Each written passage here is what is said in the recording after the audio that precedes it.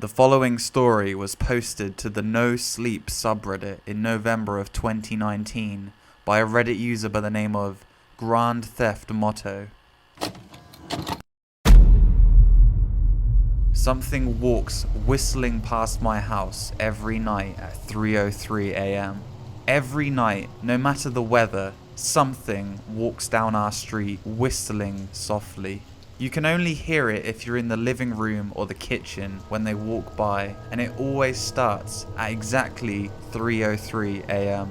The sound starts faint, somewhere near the beginning of the lane near the Carson place. We're towards the middle of the street, so the whistling moves past us before fading away in the direction of the cul-de-sac. When I was younger, my sister and I would sneak into the kitchen some nights to listen. Mum and Dad didn't like that and would catch hell if they found us out there, but they were never too hard on us since we always stuck to the one big rule: don't try to look at whatever was whistling. My neighborhood is a funny place. I've lived here since I was 6 and I love it. The houses are small but well kept, good sized yards, plenty of places to roam. There are a lot of other kids here my age. I turned 13 back in October. We grew up together and we would always play foursquare in the cul-de-sac or roam around from the back porch in the summer. This was a good place to grow up. I'm old enough to see it, and there's only the two strange things here: the night whistling and the good luck. The whistling never bothered me much. Like I said, I couldn't even hear it from my bedroom, but Mum and Dad don't like us talking about it, so I've stopped asking questions. My dad is a strong guy, tall and calm. He has an accent since he moved to the US as a kid. His family, my grandparents, they're from the islands. That's what they call it. My dad, the only time isn't so calm is if the whistler comes up. He talks a little quicker then. Eyes move faster. He tells us not to think much about it and to always remember the one rule, the big rule: don't try to look outside when the whistler goes past. Not that we could even look if we wanted to. See, there are shutters on the inside of every window, thick pieces of heavy canvas that pull down from the top and latch to the bottom of the window frame. Each latch even has a small lock, about the size of what you'd find on a diary. My dad locks those shutters every night before we all go to bed and keeps the key in his room. My mum, I don't even know what she thinks about the whistling. I've seen her out in the living room before 3:03 when the sound starts. I could see her if I cracked my door open just an inch to peek. She's not out there often, at least I haven't caught her much, but once or twice a month I think she sits out there on our big red couch just listening.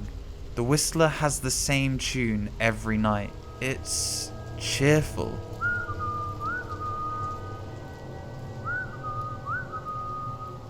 Remember how I said that there are two odd things about where I live?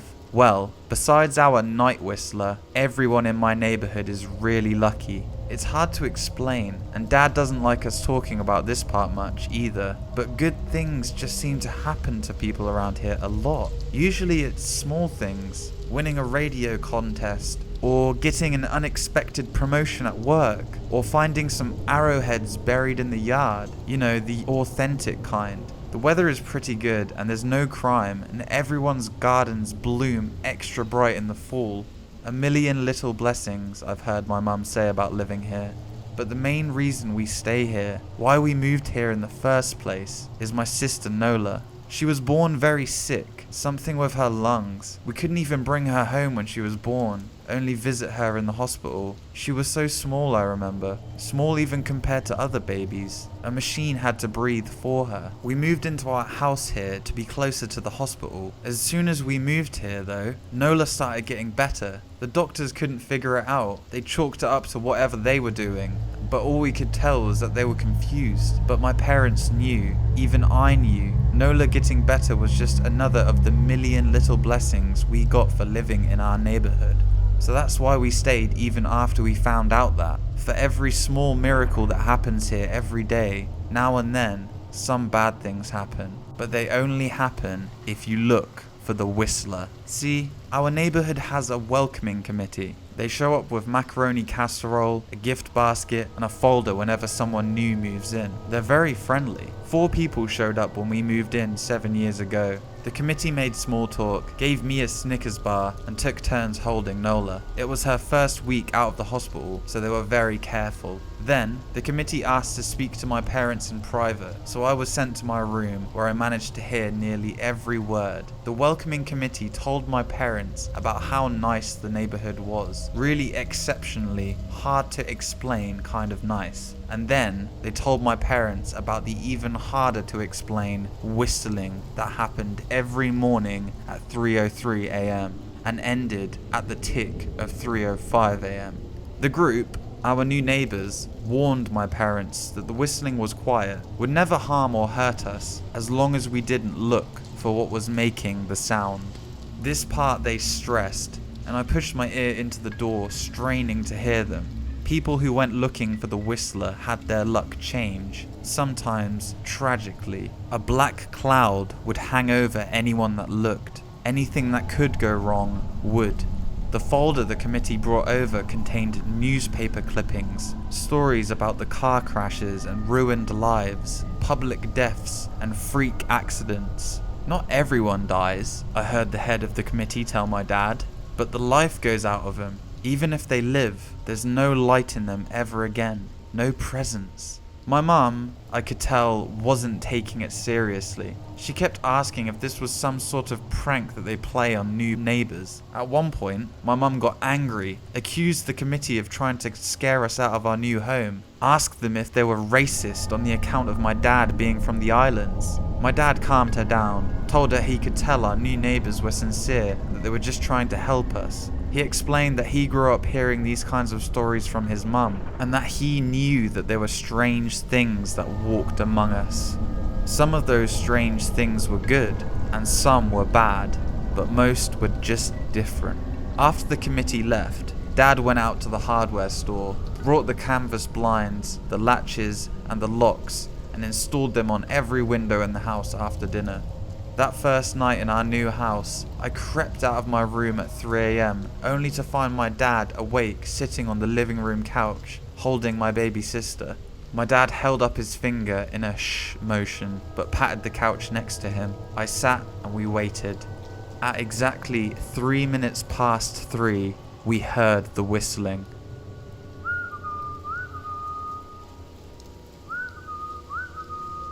It came and it went. Just like our neighbors said, the whistling returns each night, and we never look, and we enjoy our million little blessings every day. Nola breathes on her own, and she's grown into a strong, clever girl. My dad even joined the welcoming committee. We don't get new neighbors often. Why would anyone want to leave? But when a new family moves in, my dad and the committee bring them macaroni casserole, a gift basket, and the folder. I can always tell by the look on my dad's face when he comes back if the family took the committee seriously or if we'd be getting new neighbors again very soon. Not long ago, a family moved in directly next to us. The previous owner, Miss Maddie, passed away at the age of 105. She lived a good, long life. Our new neighbors seemed like they'd fit in just fine. They believed the welcoming committee, took my dad's advice about locking shutters since they had a young child of their own. Whatever newspaper clippings were in that envelope, whatever evidence, my dad never let us see. But I imagine it must have been awfully convincing since our new neighbors got along with no issues for the first month. One night, when our new neighbors had to leave town, they sent their son, Holden, to stay with us. He was 12, a year under me in school. I didn't know him well before that night, but as soon as his parents dropped him off after dinner, I could tell it was going to be a bad time. "Do you know who is always out there whistling every night?" Holden asked the minute the adults left the room. The 3 of us were sitting in the den, some Disney movies playing idly on the television. My sister and I exchanged a glance. "We don't talk about that," I said. "I think it's that weirdo that lives in the big yellow house on the corner," Holden said. "Mr. Tolls?" my sister asked. "No way, he's really nice." Holden shrugged. "Must be a psycho killer then." Nola tensed. "We don't talk about it," I repeated. Let's go in my room and play Nintendo. We spent the next few hours playing games, eating popcorn, and then watching movies. A typical sleepover, but I could see Holden was getting antsy. After my parents had wished us a good night, locked the blinds, and gone to bed, Holden stood up from his beanbag and walked over to where Nola and I were sitting on the bed. "Have you ever tried looking?" he asked. "It's nearly time." Like most sleepovers, we'd conveniently ignored any suggestion of a bedtime. I was shocked to see that he was right. It was almost 3 a.m. I sighed. "We don't see, I can't even try to look because my dad locks the blinds every night and hides the key," he continued, ignoring me. "So does our dad," Nola said. "No," replied Holden. "No, he doesn't." "You saw him do it," I said, a little sharper than I meant to sound. Holden grinned. "Your dad locks the blinds, yeah, but he doesn't hide the key. He keeps it right on his normal keychain." "So?" I asked, worried I already knew what he was going to say next, because I had noticed that my dad didn't bother hiding the key anymore after all these years, because he knew that we took it seriously. "So after your dad locked up, before your parents went to bed, I went into the bathroom, and on my way, I may have peeked into their room, and I may have seen your dad's keychain on the nightstand, and I maybe went and borrowed the key to the blinds." Nola and I stared, and his grin only grew wider. "You're lying," I said. Holden shrugged. "You can check if you want. Just open your parents' door and look. You'll see his keychain right there on the nightstand." "Stay here," I told both of them. "Don't move a muscle." I hurried over to my parents' room, but hesitated at the door. If Holden wasn't lying, my dad would be angry, beyond angry. I was scared thinking about it, but more scared of an open window and the whistler right outside. I opened the door, barely an inch, and looked in, but it was too dark to see. Taking a deep breath, I walked into the room. 2 steps into the dark, I froze. The whistling started. I could hear it clearly from my parents' room. I never realized, but they must have heard the sound every night since we moved into the house.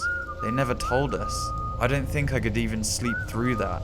I stood there, listening to the whistling come closer, unsure whether I should turn on a light or call out for my dad. Soft sounds from the living room brought me back to reality. "Nola!" I yelled, running out of my parents' room. Holden and Nola were standing near the front door next to a window. Holden wasn't lying. I could see him fumbling with the lock on one of the blinds. I heard a click. He did have the key. Holden let out a quick laugh. Nola stood next to him, hunched up, afraid but maybe curious. The whistling was right outside our door now. I think I made a sound, called out. I can't remember. Time felt frozen, clock hands nailed to the face, but I found myself moving. I'm not fast. I've never been athletic. Somehow though, I covered the space between myself and Nola in a moment. My eyes were locked on her, but I heard Holden pull the blind all the way down so it could release. I heard the snap of it start to raise, and I heard the whistling just on the other side of the window. But I had my arms around Nola, and I turned her so she was facing away from the window. At the same time, I jammed my eyes shut. The blind whipped open. The whistling stopped. I felt Nola shaking in my arms. "Don't look, okay?" I told her. "Don't turn around." We were positioned so that she was facing back towards the hallway and I was facing the window. My eyes were still closed. I felt her nod into my shoulder. I reached out with the arm not holding Nola and tried to touch Holden. My hand brushed against his arm. He was shaking worse than Nola. "Holden?" I asked. Silence. I reached past him and gingerly felt for the window, eyes still sealed shut. The glass was cold against my fingertips, colder than it should have been for that time of year. I moved my hand up the window, searching for the string to the blind. The glass began to get warmer the further I reached, and there was a gentle hum feeding back into my fingertips. I tried not to think about what might be on the other side of the window. Finally, I touched the string and yanked the blind shut. I opened my eyes. In the dim light leaking out from the kitchen, I could make out Holden, pale and small, staring at the now closed window. "Holden?" I asked again. He turned towards me and he screamed. Everything became a flurry of motion. Lights sparked to life in the hall, then the living room. My parents' footsteps thudded across the hardwood floor. I didn't turn back to look at them. My eyes were glued to Holden. He was pale. He had bit his lip so hard there was a thin red line of blood running down his chin, and he'd wet himself. "What happened?" my dad asked from behind me. I managed to swivel away from Holden and look back. He looked. I'd never seen my dad so scared before, but I saw it that night, in that moment. An old, ugly terror stitched on his face. A parent's fear. "Just Holden?" he mouthed to me. I nodded yes. My dad let out a breath.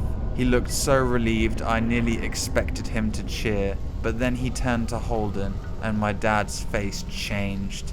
I wonder if he felt bad for feeling good that Holden was the only one that looked. Then there was a knock at the door. We all froze. Holden whimpered.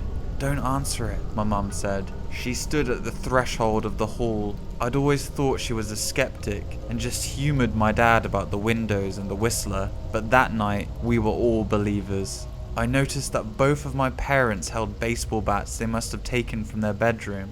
The knock came again. A little louder this time. "Please don't open the door," Holden whispered. My dad walked over to him, hugged him close. "We won't," my dad promised, still holding his bat. "Nothing is coming in here tonight."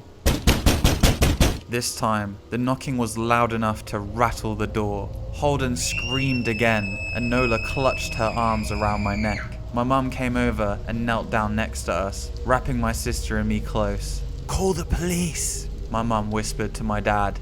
The knocking instantly stopped. My dad looked over his shoulder at us. "Do you think—" He was cut off by franking knocking that trailed off to a polite tap, tap, tap. "Police," something said from the other side of the door. The voice from outside sounded exactly like my mum, like a parrot repeating the words back to her. "Police, call the police. Police." My mum pulled us closer. "Police, police, police. Please stop," I heard her whisper. "I don't think calling them will help," my dad said. "How will we know that they're the ones on the side of the door?" The knocking came back harder than before. The door shook. Then it stopped. After a long moment, I heard the knocking again, but it was coming from our back door. We all turned together towards the back door, but the knocking immediately returned to the front door. Front to back to front. Loud, then quiet, then loud again. Suddenly, the sound was coming from both doors at once. Big, heavy blows like a sledgehammer. Then, something started rapping against all of the windows in the house. Then the walls. It was like we were living inside of a drum with a dozen people trying to play at once. Or we were a turtle and something was attempting to claw us out of our shell. "Stop!" Holden yelled. The knocking died. "I won't tell," Holden said, staring at the door. "I promise, I won't tell anyone what I saw. Please, just go away." We waited for nearly a minute. Then we heard it, a soft tap, tap, tap, coming from the window Holden had looked through earlier. Holden started to cry, sobbing like a prisoner watching gallows being built outside their cell. My dad held him, brushed his hair, but never lied to him, never told him things would be okay. The tapping at the window went on for the rest of the night. We huddled together in the living room for I don't know how long. Eventually, my mum tried to take us kids into my room while my dad stayed to watch the door. But the second we moved into my bedroom, the knocking came back. So loud, it was impossible to ignore. I was afraid the door couldn't take it. We went back into the living room and the knocking stopped. Only the tap, tap, tap on the window remained. None of us slept that night. The tapping stopped around 7 a.m. That's about the time the sun came up here. We waited another 2 hours before my dad opened the blinds from one window. He made us all go back into my parents' bedroom first. I heard him open the door and then come back in. "Okay," he told us. "It's done." Holden's parents came back around lunchtime. My mum and dad walked Holden over to his house, and they all went inside for quite a while. Nola and I watched from the window. She stuck to me the whole day, right at my side, sometimes holding my hand. When my parents came back, they looked grim, but wouldn't tell us what they said to Holden's family. It was a Sunday, so we all spent the day together, ordered pizza and watched movies. That night, everyone slept in my room. Nola and my mum in my bed with me, my dad in the chair he'd pulled over. There was no knocking that night or any night since. We didn't see much of Holden or his parents for the rest of that week, but by Thursday, there was a moving truck in their driveway. Nola and I watched them packing up the whole afternoon after school. What sticks with me the most is how tired Holden and his parents looked. All three had the same pale, grim mouths and lightless eyes. Even from across the street, I could tell something was very wrong. Holden and his family were gone before sunset.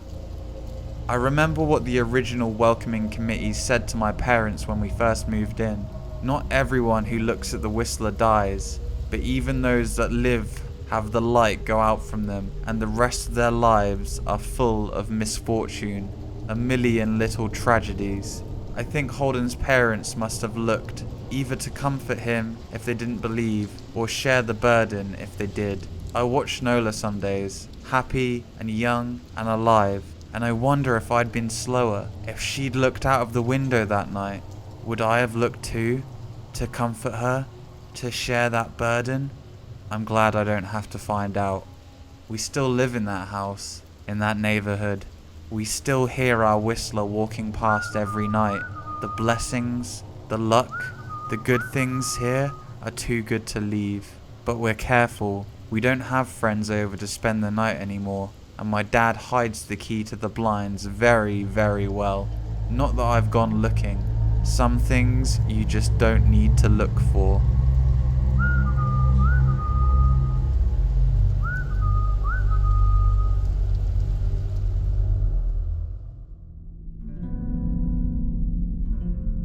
Well, that's it for today's video. Thank you so much for watching. I'll be uploading on this channel on Fridays, so be sure to subscribe and hit the bell to stay notified. And if you could leave a like on the video, that would really help me out with the algorithm. Thank you guys for watching, and I'll see you in the next one.